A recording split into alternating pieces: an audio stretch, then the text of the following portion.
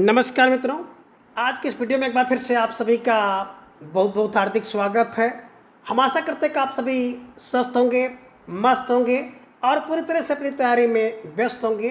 तो मित्रों, आज के इस वीडियो में हम भक्ति काल भाग 4 के अंतर्गत कुछ महत्वपूर्ण प्रश्नों को व्याख्यात्मक तरीके से हल करेंगे और इन्हें ट्रिक की सहायता से याद करने का भी प्रयास करेंगे।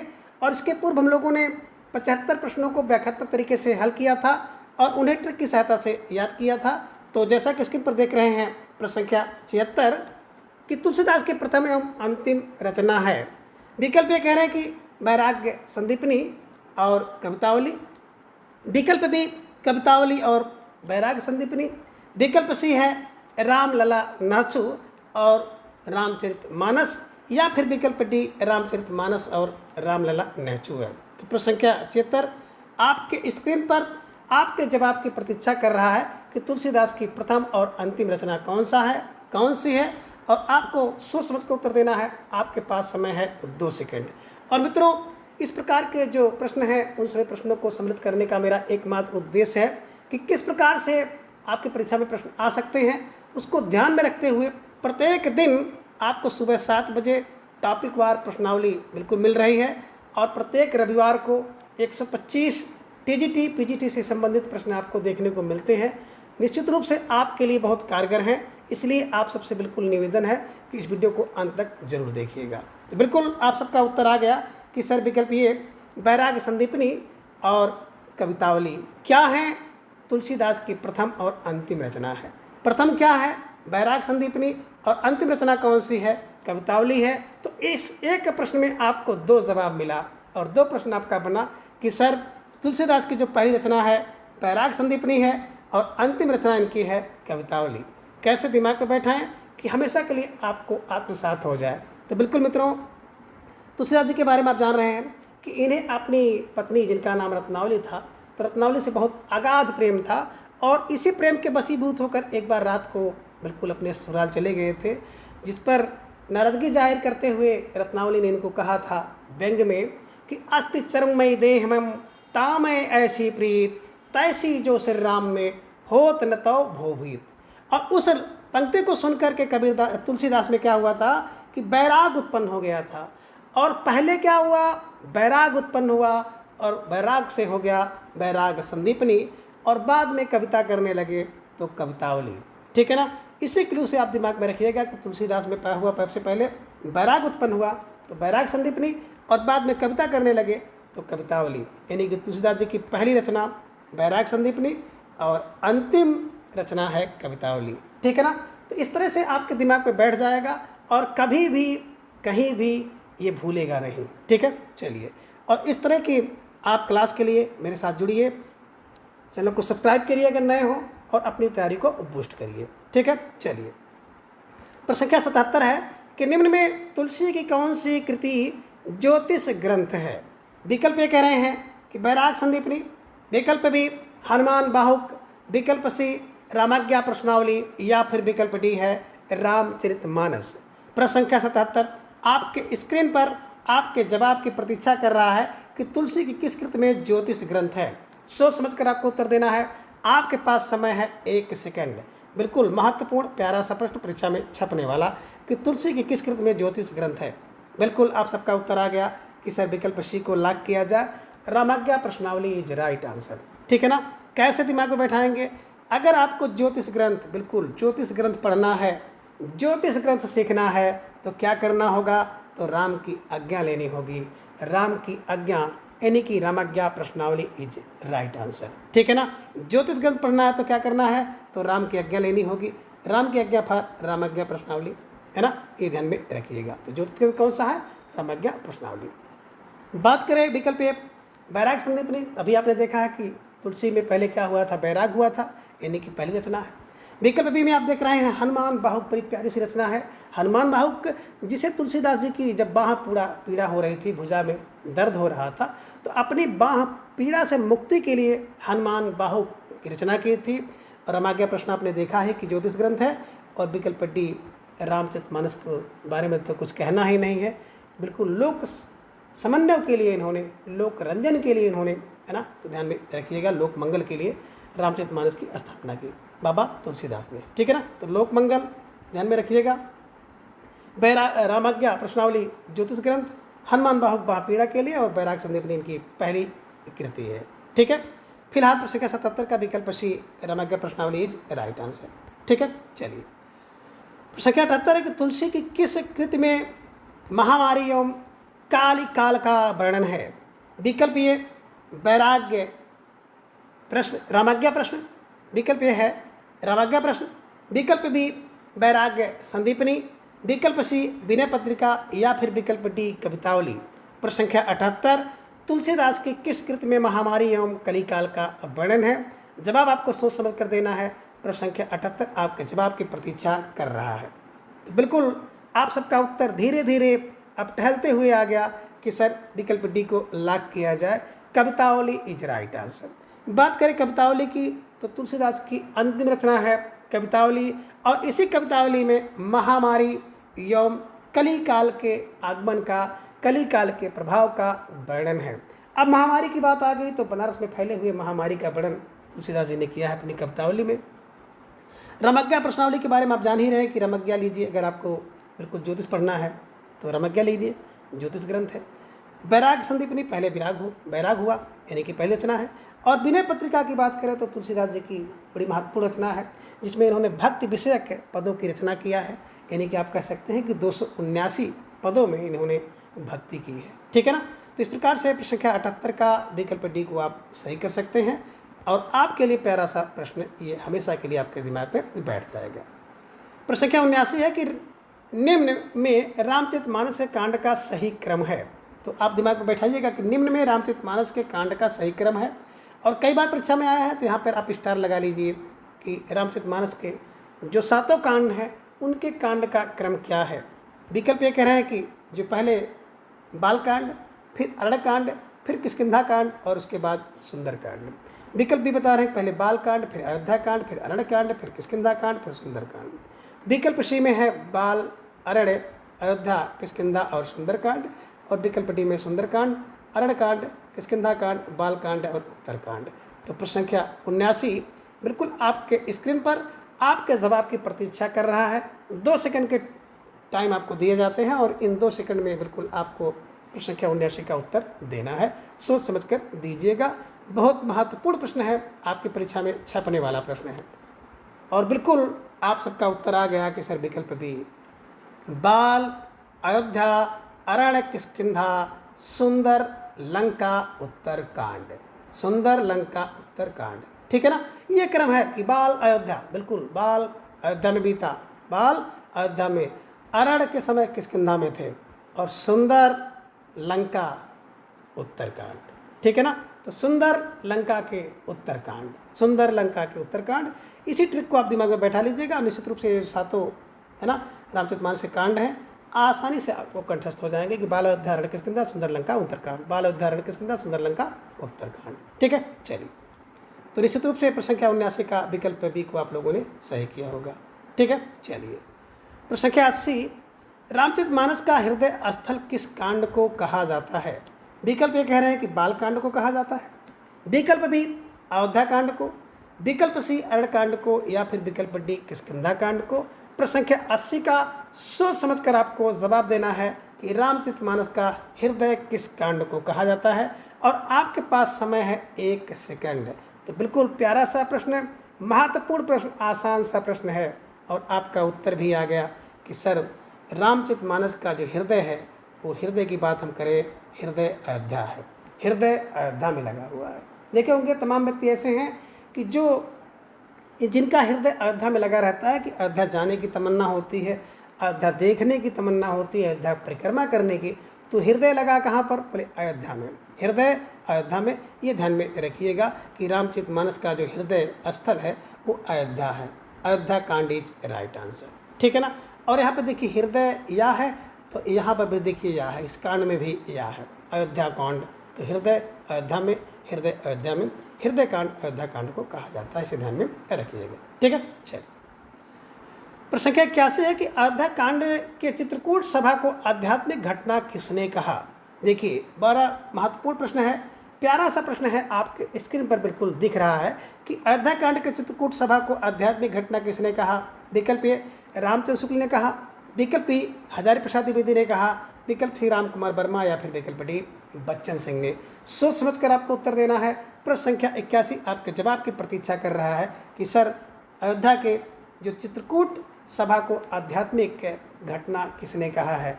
तो देखिए भैया, जो अयोध्या का चित्रकूट है, अयोध्या के चित्रकूट में थे कौन?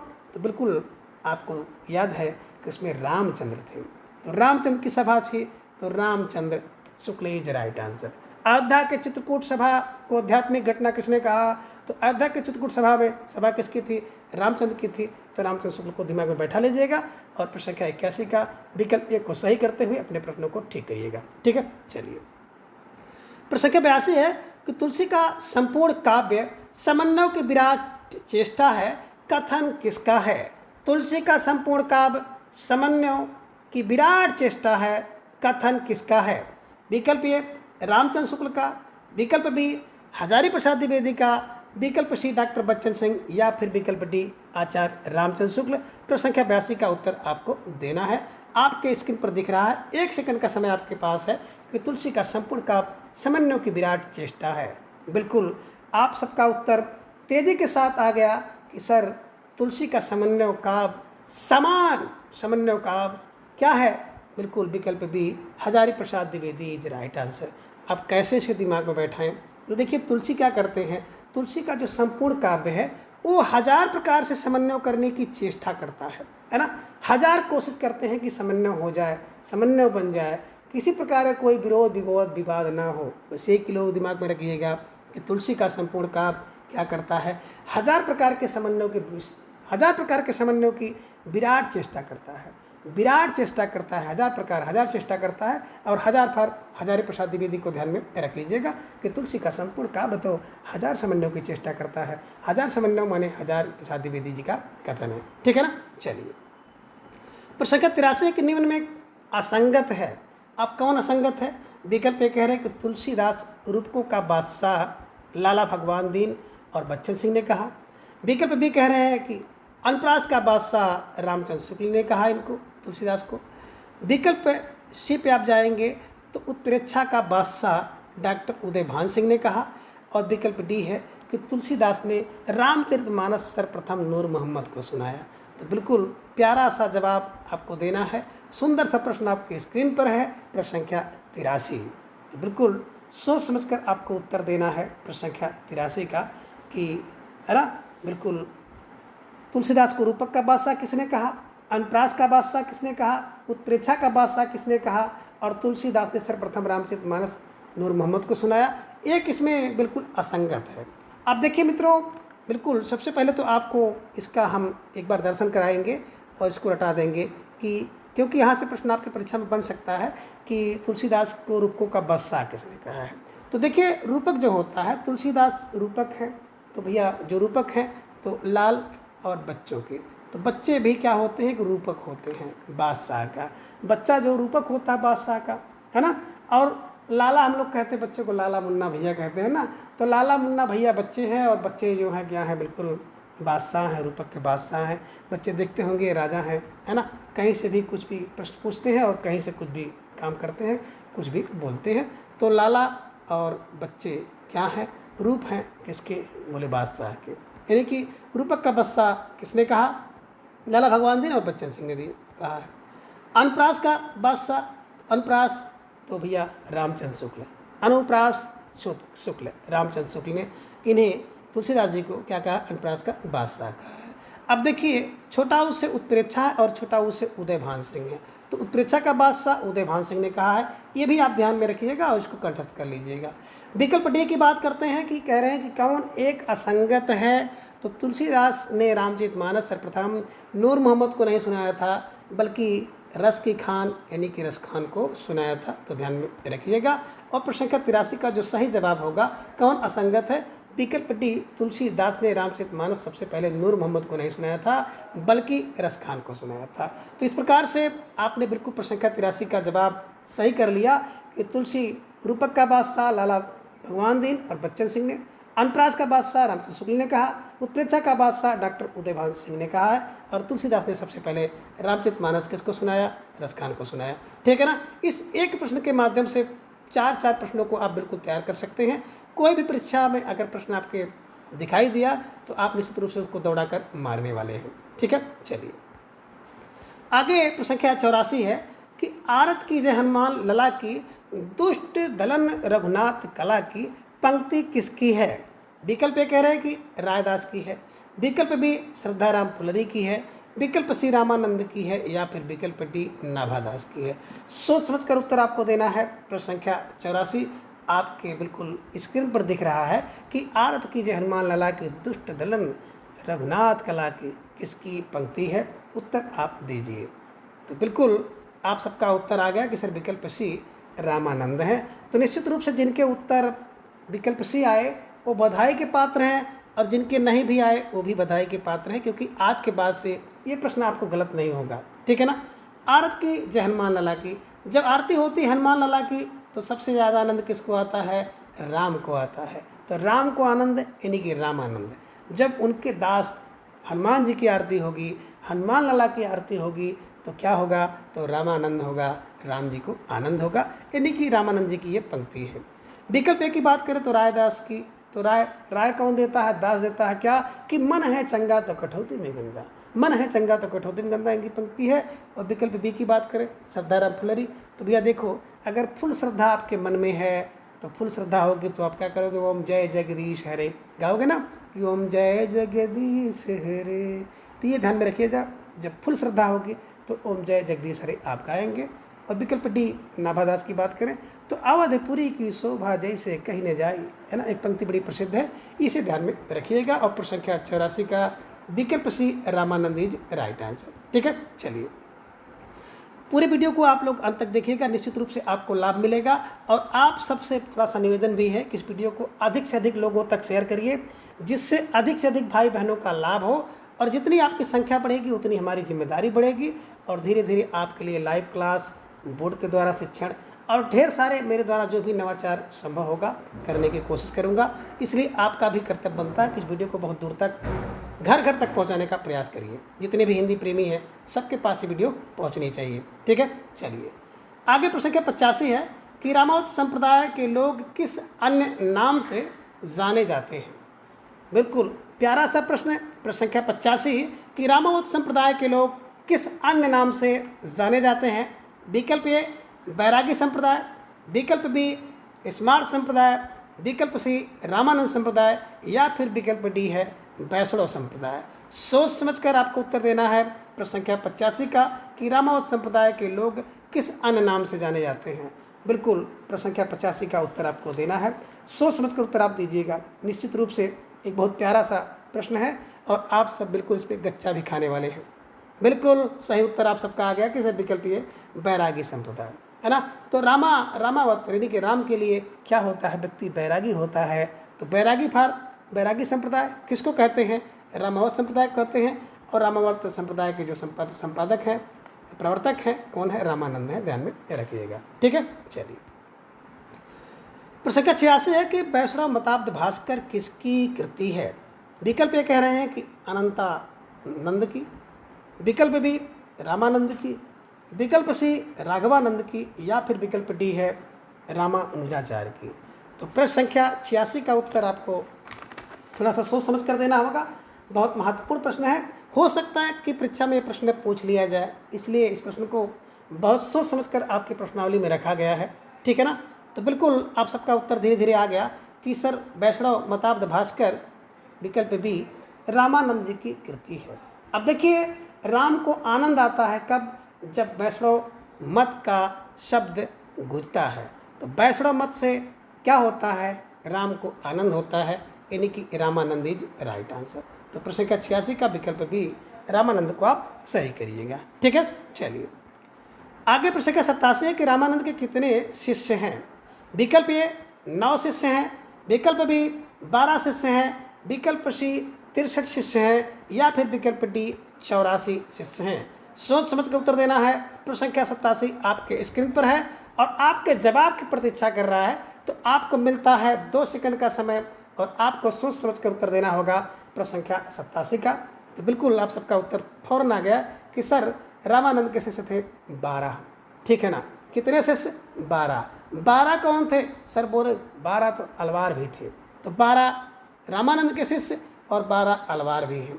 विकल्प ए में देख रहे हैं 9 नवनाथ थे, 9 नाथ। विकल्प सी में आप देख रहे हैं 63। 63 कौन है?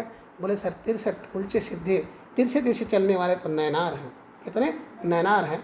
और 84 की बात करते हैं विकल्प डी में, आप देख रहे हैं 84, तो 84 सिद्ध हैं। सबको दिमाग में रखना है, बैठाते हुए चलना है, क्योंकि यहाँ से भी प्रश्न आपकी परीक्षा में पूछा जा सकता है। सीधा सा प्रश्न कि नैनारों की संख्या कितनी है? तो नैनार तो सर तिरछे तिरछे चलते हैं, 63 संख्या है। और सिद्ध 84 कोस कर लो परिक्रमा तो सिद्ध हो जाओगे। अलवार कितने हैं? 12 है। नाथ कितने हैं? 9 है।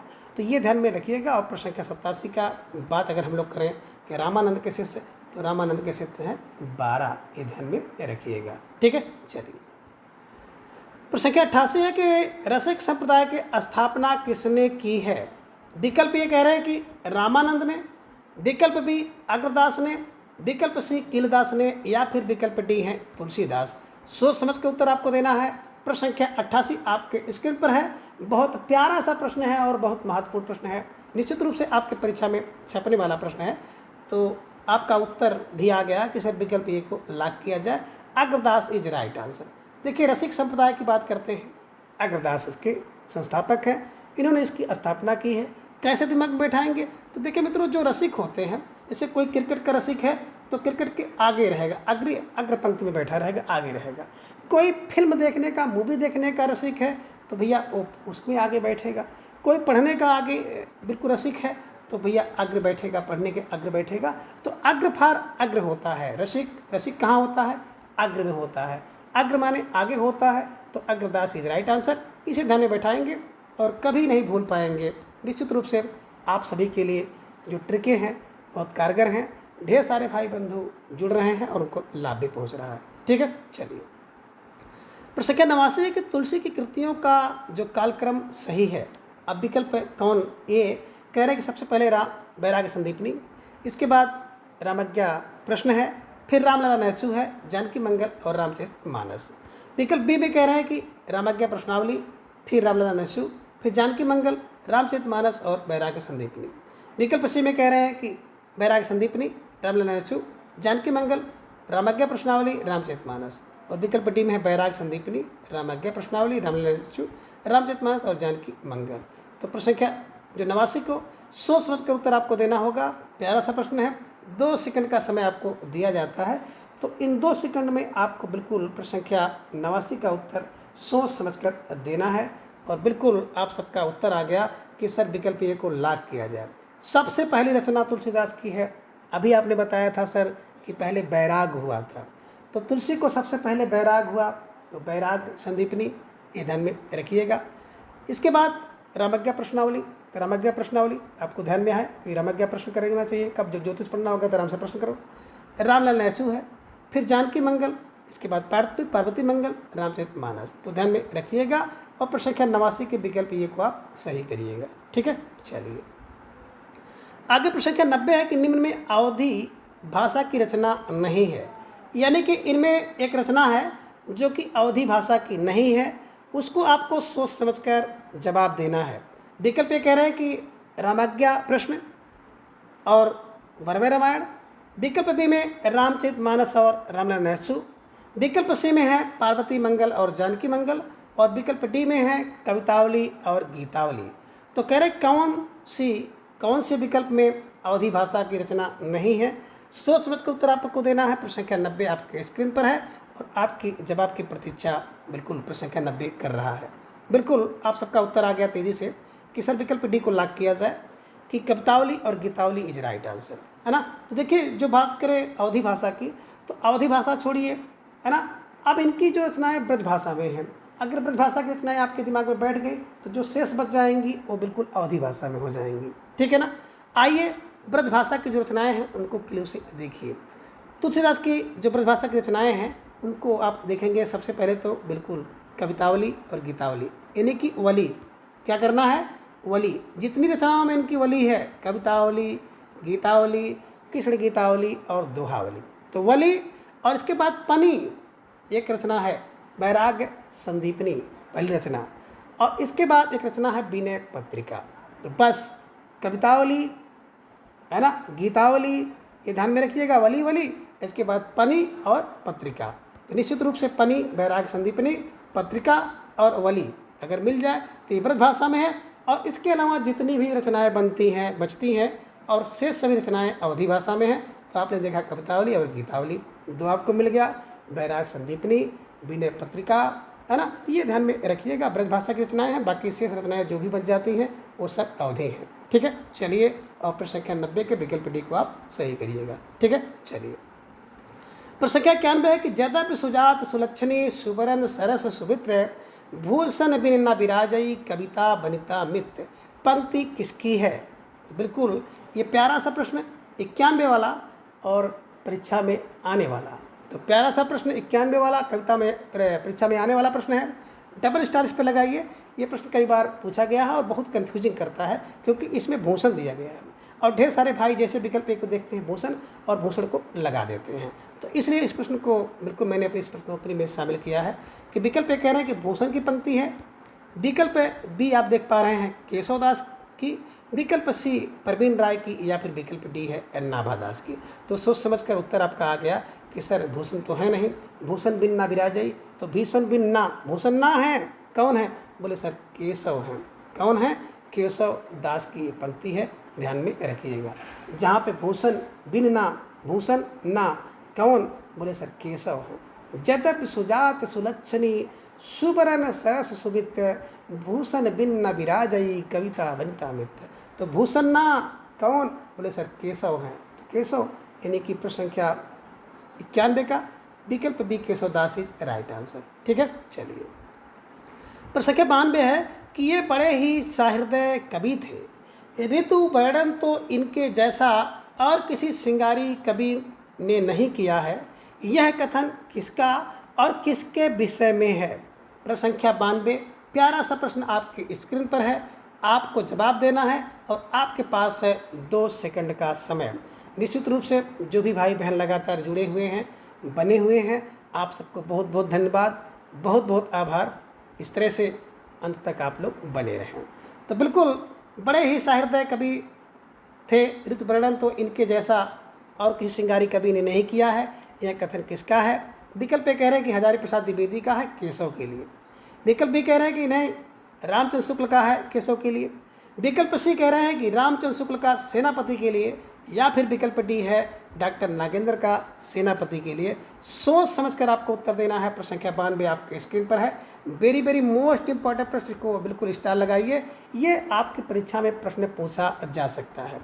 तो बिल्कुल अब आप सबका उत्तर आ गया कि सर समझ गए, विकल्प सी रामचंद्र शुक्ल जी का कथन है और सेनापति के लिए है। तो इसमें 2 प्रश्न छुपा हुआ है। कभी कभी ये पूछ लेता है कि ये किसका कथन है, तो रामचंद्र शुक्ल जी का है, और किसके लिए है, तो सेनापति के लिए है। निश्चित रूप से एक के साथ एक फ्री, बाई 1 गेट 1। तो ध्यान में रखिएगा। प्रश्न संख्या 92 से आपने 2 प्रश्न निर्माण किया, एक तो किसका कथन, शुक्ल जी का, दूसरा सेनापति के लिए। तो देखिए ये बड़े ही सहृदय हैं। कौन सहृदय कवि है? ऋतु वर्णन वाले तो भैया सेनापति हैं। कौन कह सकता है? तो सेनापति को तो भैया रामचंद्र कह सकते हैं, है ना। रामचंद्र की सेना है तो रामचंद्र क्या करेंगे, अपने सेनापति को हाँकेंगे भैया, है ना। ये ध्यान में रखिएगा और निश्चित रूप से प्रश्न संख्या 92 का विकल्प सी को आप सही करिएगा। ठीक है, चलिए। प्रश्न संख्या 93 कि सेनापति का सर्वाधिक प्रिय अलंकार है। सेनापति के बारे में प्रश्न पूछा जा रहा है कि सेनापति का सर्वाधिक प्रिय अलंकार है। विकल्प ए रूपक, विकल्प बी अनुप्रास, विकल्प सी श्लेष अलंकार, या फिर विकल्प डी उत्प्रेक्षा। प्रश्न संख्या 93 का सोच समझकर आपको उत्तर देना है और आपका जो प्रश्न आपके स्क्रीन पर दिखाई दे रहा है, आपके जवाब की प्रतीक्षा कर रहा है और आपको दिए जाते हैं बिल्कुल 2 सेकंड का समय। और इस प्रश्न पर बिल्कुल आप स्टार लगा लीजिए। निश्चित रूप से यह प्रश्न आप सबकी परीक्षा में पूछा जाता है। तो बिल्कुल आप सबका उत्तर आ गया कि सर विकल्प सी को लॉक किया जाए। सेनापति शेष क्या है? सेनापति शेष, शेष माने श्लेष, सेनापति शेष हैं, सा से शेष और सा से श्लेष। तो सेनापति को प्रिय है श्लेष अलंकार, ध्यान में रखिएगा। रूपक की बात करते हैं तो बिल्कुल अभी आपने देखा था कि तुलसीदास को रूपक का बादशाह किसने कहा? बच्चों ने कहा, यानी कि बच्चन और लाला भगवान देव। ये ध्यान में रखिएगा। अनुप्रास की बात करें तो अनुप्रास का बादशाह भी आपने देखा था रामचंद्र शुक्ल ने कहा, तुलसीदास के विषय में कहा था। और उत्प्रेक्षा की बात करते हैं तो उत्प्रेक्षा के बारे में कहा गया था कि उत्प्रेक्षा का बादशाह डॉक्टर उदयभान ने कहा। ठीक है। और उत्प्रेक्षा की बात करते हैं तो आप लोगों ने देखा होगा, प्रेम मार्गी शाखा के एक बड़े प्रसिद्ध कवि हैं, है ना, जायसी जी। तो जायसी जी को उत्प्रेक्षा बहुत प्रिय है और उत्प्रेक्षा में भी हेत उत्प्रेक्षा उनको बहुत प्रिय था। कभी कभी प्रश्न बन जाता है कि जायसी जी का प्रिय अलंकार कौन है? तो जायसी जी का जो प्रिय अलंकार है उत्प्रेक्षा है और उत्प्रेक्षा में भी हेत उत्प्रेक्षा उनको बहुत प्रिय था। ठीक है। फिलहाल प्रश्न संख्या 93 की बात यहाँ पे की जाए तो बिल्कुल सेनापति का सर्वाधिक प्रिय अलंकार विकल्प सी श्लेष अलंकार राइट आंसर। सा से सेना, सा से श्लेष। ठीक है। चलिए प्रश्न संख्या 94 है कि रचना सुमेलित नहीं है ना। विकल्प ए कह रहे हैं कि प्राणचंद चौहान की रचना रामायण महानाटक, विकल्प बी माधवदास का परमात्म प्रकाश, विकल्प सी हृदय राम का हनुमान नाटक और विकल्प डी है लाल दास का अवध विलास। सोच समझ कर उत्तर दीजिए। प्रश्न संख्या 94 का, है ना, कवर एक सुमेलित नहीं है और बिल्कुल आपके स्क्रीन पर आपके जवाब की प्रतीक्षा कर रहा है प्रश्न संख्या 94 और आपको समय मिला है 1 सेकंड का और आप सबका उत्तर आ गया कि सर बिल्कुल बात करते हैं विकल्प बी की तो माधवदास का ये बिल्कुल परमात्म प्रकाश नहीं है, बिल्कुल यहाँ पे आध्यात्म प्रकाश होना चाहिए था। परमात्म प्रकाश जो है ये कवि जोइंद की रचना है, परमात्म प्रकाश और योगसार। तो बिल्कुल यही क्या है, सुमेलित नहीं है, यही रचना सुमेलित नहीं है, माधवदास का नहीं, परमात्म प्रकाश, है ना, यहाँ पे अध्यात्म प्रकाश होना चाहिए था। और परमात्म प्रकाश की बात करते हैं तो जोइंद की है और इनकी एक रचना है योगसार। ठीक है ना। बात करें प्राण तो भैया प्राण जो है रामायण है और महानाटक, तो प्राण है रामायण महानाटक प्राण है ना। माधवदास क्या करते हैं, अध्यात्म प्रकाश करते हैं, अध्यात्म प्रकाश माधवदास करते हैं। हृदय में हनुमान है, हनुमान के हृदय में राम है, हृदय राम ध्यान में रखिएगा, है ना। और लाल लाल है तो भैया अवध में विलास करो, तो लाल करे क्या करे, लाल लाल तो लाल और दास अवध में विलास करते हैं, ध्यान में रखिएगा। और प्रश्न संख्या 94 का बिल्कुल विकल्प बी को आप सही करिएगा। ठीक है। चलिए प्रश्न संख्या 95 केशव कही न जाई कि कहिए शून्य भित्त पर चित्त रंग नहीं तनु बिन लिखा चितेरे पंक्ति किसकी है? विकल्प ये कह रहे हैं केशवदास की पंक्ति है, विकल्प बी भूषण की पंक्ति है, विकल्प सी तुलसीदास जी की पंक्ति है या फिर विकल्प डी बिल्कुल भूषण 2 बार आ गया है तो ये तो बिल्कुल आपका भूषण विकल्प कट ही गया। ठीक है ना। अब आपके पास विकल्प बच गए केशवदास और तुलसीदास, तो बिल्कुल आपके दिमाग में सही सा उत्तर आना चाहिए, सोच समझ कर आना चाहिए, स्टार लगाइए। काफ़ी जो है आपके लिए आसान मैंने कर दिया और बिल्कुल बहुत अच्छी तैयारी आप सबकी है और आप सबका उत्तर आ गया कि सर केशव कहीं ना, केशव ना कहिए, क्या कहिए, बिल्कुल विकल्प सी तुलसीदास कहिए, केशव ना तुलसीदास कहिएगा, ध्यान में रखिएगा। केशव ना कहिए तुलसीदास, तुलसीदास की पंक्ति है, ध्यान में रखिएगा। और प्रश्न संख्या 95 का विकल्प सी को आप सही करिएगा। ठीक है। चलिए प्रश्न संख्या 96 की बासर की संपत्ति उलूक ज्यों चितवय पंक्ति किसकी है? कि बासर की संपत्ति उलूक ज्यों चितवत पंक्ति किसकी है? विकल्प ये कह रहे हैं सेनापति की, विकल्प बी तुलसीदास की, विकल्प सी भूषण की या फिर विकल्प डी है केशव की। सोच समझकर आपको उत्तर देना है, इस पर स्टार लगाइए। निश्चित रूप से टीजीटी, पीजीटी, टेट और सुपर टेट में ये पंक्ति पूछी गई है, वेरी वेरी मोस्ट इम्पॉर्टेंट पंक्ति है। प्रश्न संख्या 96 आपके स्क्रीन पर है और आपके जवाब की प्रतीक्षा कर रहा है प्रश्न संख्या 96। बिल्कुल आप सभी का उत्तर आ गया कि सर विकल्प डी केशवदास, है ना। अब केशवदास क्या कर रहे हैं, जो बासर की संपत्ति है ना, तो बासर की संपत्ति किसकी? केशव की। बासर की संपत्ति केशव ने क्या किया, उलूक की तरह चितवत, बासर की संपत्ति को केशव उलूक की तरह चितवते हैं, ध्यान में रखिएगा और ऐसे दिमाग में बैठा लीजिएगा। ठीक है। चलिए प्रश्न संख्या 97 है कि कृष्ण काव्य परंपरा के प्रमुख है, दार्शनिक मत एवं प्रवर्तक आचार असंगत हैं। सोच समझकर उत्तर आपको देना है प्रश्न संख्या 97 का। विकल्प ए कह रहे हैं कि द्वैतवाद, और इसके बात करें प्रमुख प्रवर्तक है माधवाचार्य। दूसरा आप दार्शनिक मत देख रहे हैं द्वैताद्वैत निम्बार्काचार्य का। तीसरा विकल्प सी है शुद्ध द्वैतावाद वल्लभाचार्य का। और विकल्प डी है ना चैतन्य महाप्रभु का और गौड़ीय संप्रदाय आप यहाँ पे देख पा रहे हैं। तो निश्चित रूप से प्रश्न संख्या 97 का सोच समझ कर उत्तर देना होगा। प्यारा सा प्रश्न है, लेकिन इसको बिल्कुल आप कह सकते हैं आर्कल लेंथ की गेंद है। निश्चित रूप से आपकी गिल्ली यहाँ पे उड़नी है और सभी भाई बहन इसे चकमा खा गए, है ना। बिल्कुल खाना स्वाभाविक भी है। देखिए मित्रों, बात अगर हम करें द्वैतवाद, तो द्वैतवाद एक दार्शनिक मत है, द्वैताद्वैत एक दार्शनिक मत है, शुद्ध द्वैतावाद भी एक दार्शनिक मत है, लेकिन गौड़ी एक संप्रदाय है चैतन्य महाप्रभु का।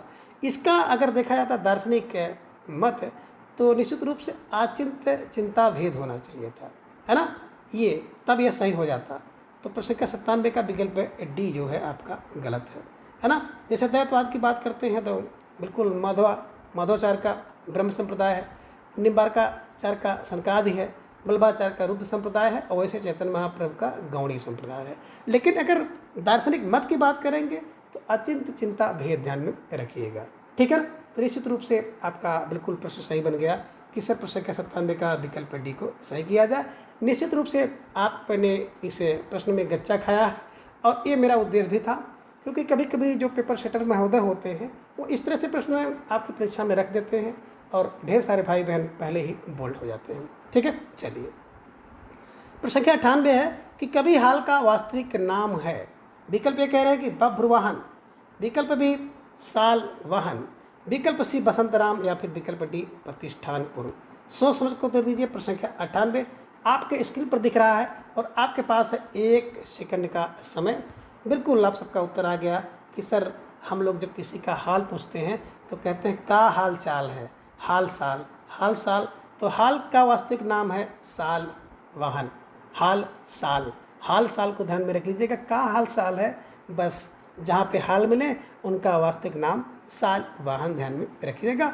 और प्रतिष्ठानपुर में ये रहते थे, ठीक है। तो प्रश्न संख्या 98 का विकल्प बी साल वाहन इज राइट आंसर।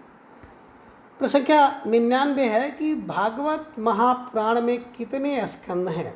विकल्प ए 7 स्कंद, विकल्प बी 10 स्कंद, या फिर विकल्प डी है 12 स्कंद। तो आपको उत्तर यहाँ पर देना है, और विकल्प डी भी देख लीजिए कि यहाँ पे कह रहे हैं कि 12 सर्ग।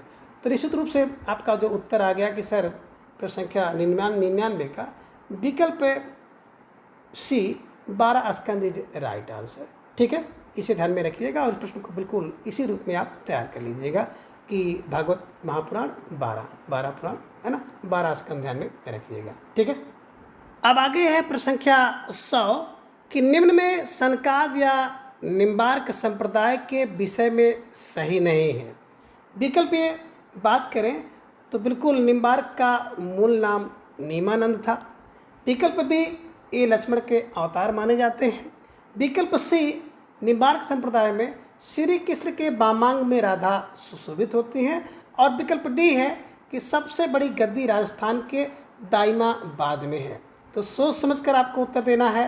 प्रश्न संख्या 100 आपके स्क्रीन पर दिखाई दे रहा है और आपके पास है 1 सेकंड का समय। तो सोच समझ कर उत्तर दीजिएगा प्रश्न संख्या 100 का कि निम्न में सनकाद या निम्बार्क संप्रदाय के विषय में कौन सही नहीं है। कि निम्बार्क का मूल नाम नीमानंद था, ये लक्ष्मण के अवतार माने जाते हैं, और श्री कृष्ण के वामंग में निम्बार्क में राधा सुशोभित होती हैं, या फिर विकल्प डी इनकी जो गद्दी है राजस्थान के दाइमाबाद में है। सोच समझ कर उत्तर आप दीजिए और बिल्कुल आप सबका उत्तर आ गया कि सर विकल्प डी को लॉक किया जाए। सबसे बड़ी गद्दी राजस्थान के दाइमाबाद में नहीं है बल्कि सलेमाबाद में है, ये ध्यान में रखिएगा, है ना। बाकी सब आप देख रहे हैं जो सही है। मूल नाम इनका नीमानंद था, लक्ष्मण के अवतार कहे जाते हैं, और श्री कृष्ण के वामांग में राधा सुशोभित होती हैं, और विकल्प डी इनकी सबसे बड़ी गद्दी दाइमाबाद में नहीं है बल्कि सलेमाबाद में है। तो इस प्रकार से आप इन सभी प्रश्नों को आसानी से हल कर सकते हैं, और इनसे संबंधित जो महत्वपूर्ण बातें हैं उसे भी आप ट्रिक की सहायता से याद कर सकते हैं। तो मित्रों, आज के इस वीडियो में बस इतना। प्रत्येक दिन सुबह 7 बजे टॉपिक वार प्रश्नोत्तरी, और प्रत्येक रविवार को 125 टीजीटी हिंदी और 125 पीजीटी हिंदी से संबंधित महत्वपूर्ण प्रश्नोत्तरी कराई जाती है। इसलिए आप सबसे आग्रह है कि आप लोग प्रत्येक दिन 7 बजे उपस्थित होकर के लाइव क्लास का आनंद लें और अपनी तैयारी को बूस्ट करें। धन्यवाद, नमस्कार, बाय।